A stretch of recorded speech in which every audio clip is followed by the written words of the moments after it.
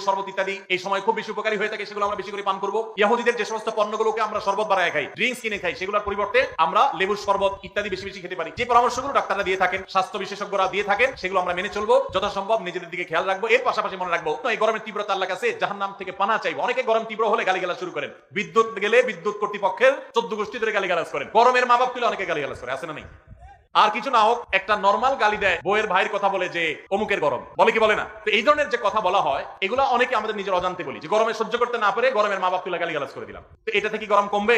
আরো গরম বাড়বে। কোন গরম বাড়বে? মাথা গরম হবে, মেজাজ গরম হবে, আরো গরম বাড়বে, লাভ হবে না। তিরমিজির একটা হাদিস আছে, যে জিনিসটাকে গালি দেওয়া যায় না, অভিশাপ দেওয়া যায় না, ওইটাকে যদি কেউ অভিশাপ দেয়, তাহলে সেই অভিশাপ তার উপর এসে পড়তা। এই জন্য ধৈর্য না হারানো, সবর করা। সেই সাথে গরমের তীব্রতা কমানোর জন্য প্রত্যেকটা মানুষ প্রচুর পরিমাণে গাছ লাগানোর চেষ্টা করবেন। আপনারা জানেন যে আমাদের দেশে যে পরিমাণ বনাঞ্চল থাকা দরকার, এগুলা নানান সময়ে কলকারখানার নামে, এগুলা নানান সময় নানা নামে নিধন করা হয়। আমরা নিজেরাও প্রয়োজনে অপ্রয়োজনে নিধন করি। ইসলাম সাদকায়ে জারিয়া হিসাবে